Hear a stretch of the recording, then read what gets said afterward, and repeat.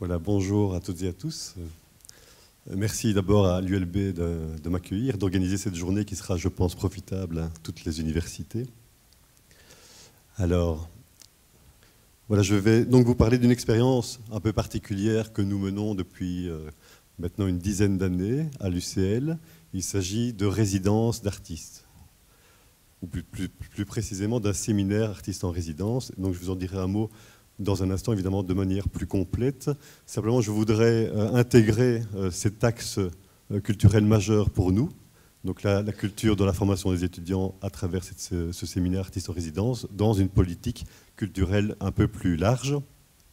Politique culturelle qui a pris son essor à l'UCL depuis une dizaine d'années environ, avec vraiment cette volonté d'inscrire la culture à la fois dans la formation des étudiants, dans la vie universitaire. Et il y a un conseil de la culture, qui est une commission du conseil académique, qui décide des grands axes de cette politique culturelle, sous la présidence, la direction d'un prorecteur pour les affaires culturelles.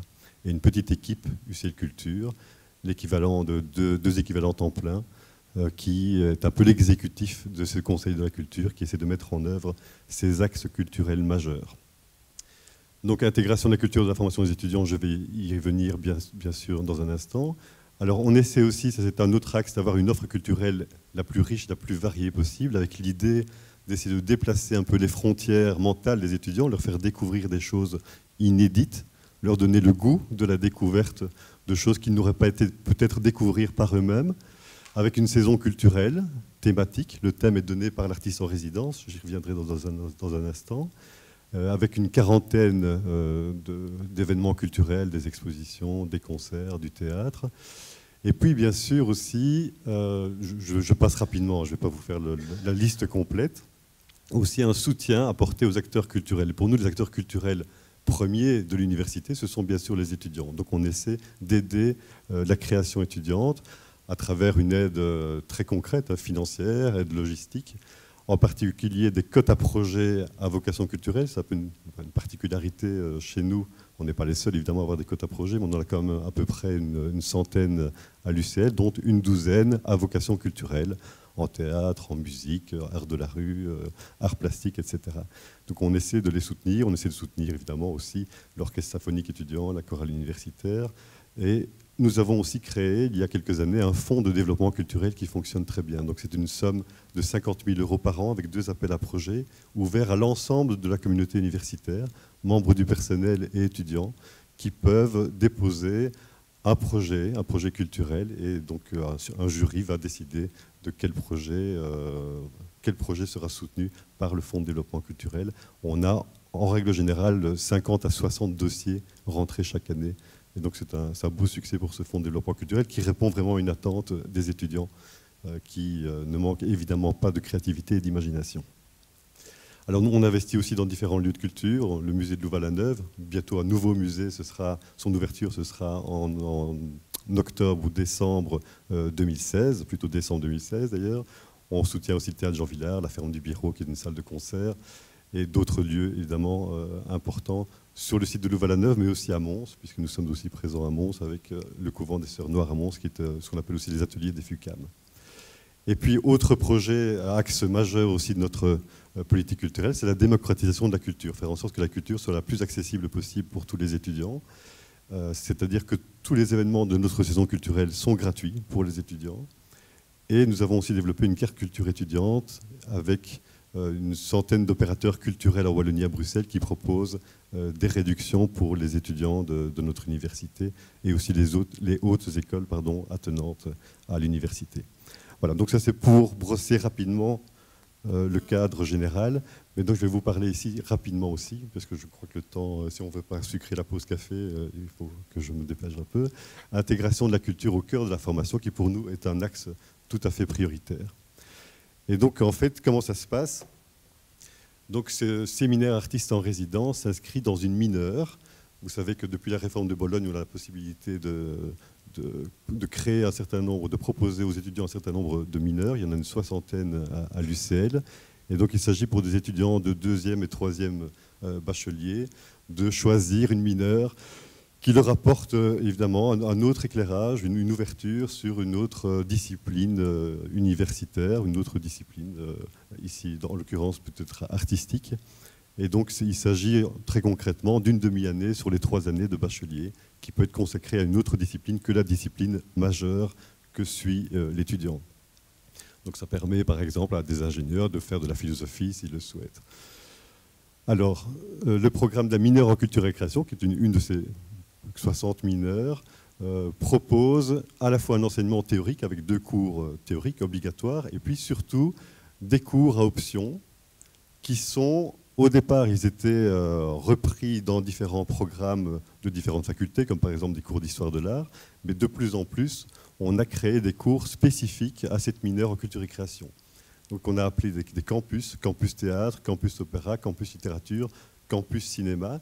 Avec la différence avec les cours traditionnels, c'est que ce ne sont pas simplement des cours théoriques, ce sont des cours qui permettent aux étudiants d'aborder une discipline de manière beaucoup plus pratique, de rencontrer des acteurs de terrain, de rencontrer des acteurs de théâtre, d'opéra, des écrivains, de créer un festival de cinéma. Donc c'est en ça que consiste le campus cinéma.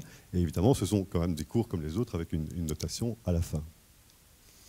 Cette mineure est choisie quand même par 200 étudiants chaque année, donc elle a quand même pas mal de succès. Et alors, parmi les cours à option de la mineure, il y a le séminaire artiste en résidence. Alors, le séminaire artiste en résidence, de quoi s'agit-il? Bon, quand on dit artiste en résidence, on pourrait tromper sur la marchandise, donc l'artiste ne réside pas vraiment à l'UCL, c'est-à-dire qu'il va donner une 30aine d'heures de cours. En général, ça se passe sur un quadrimestre, donc c'est par période des cours de 4 heures en général. Il vient tous les 15 jours, entre octobre et décembre, ou bien entre février, avril, mai. Et entre les présences de l'artiste effective, où il va travailler avec les étudiants, on met à disposition de l'artiste et des étudiants un assistant à quart-temps qui va suivre le travail des étudiants entre les présences effectives de l'artiste pour arriver finalement à un projet artistique qui sera présenté à un public large, au grand public. Donc ça apporte vraiment une autre dimension à la formation des étudiants. C'est-à-dire qu'il s'agit d'un cours, bien sûr, un cours avec une cotation, mais c'est un cours tout à fait particulier où l'artiste va initier les étudiants à sa pratique artistique.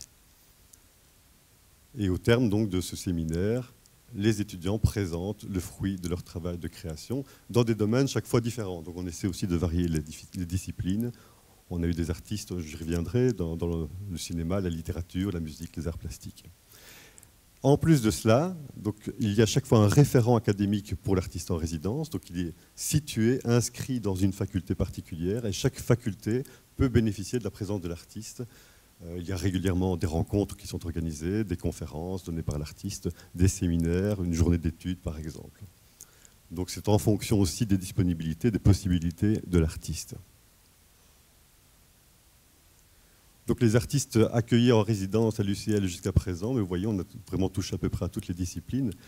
On a commencé par Pietro Pizzuti, écrivain, comédien, puis Jean-Pierre et Luc Dardenne, Bernard Faucroul, Fabrice Cassel pour la musique, Catherine Keun, qui est une artiste qui fait de la gravure, Michel Devigne, architecte paysagiste, Françoise Keuten, Béatrice Trelly, Marie Lemounier, qui sont photographes, François Bon, qui est écrivain, un français, Michel-Anne Demey, Grégory Grosjean, Pierre-Paul Renders.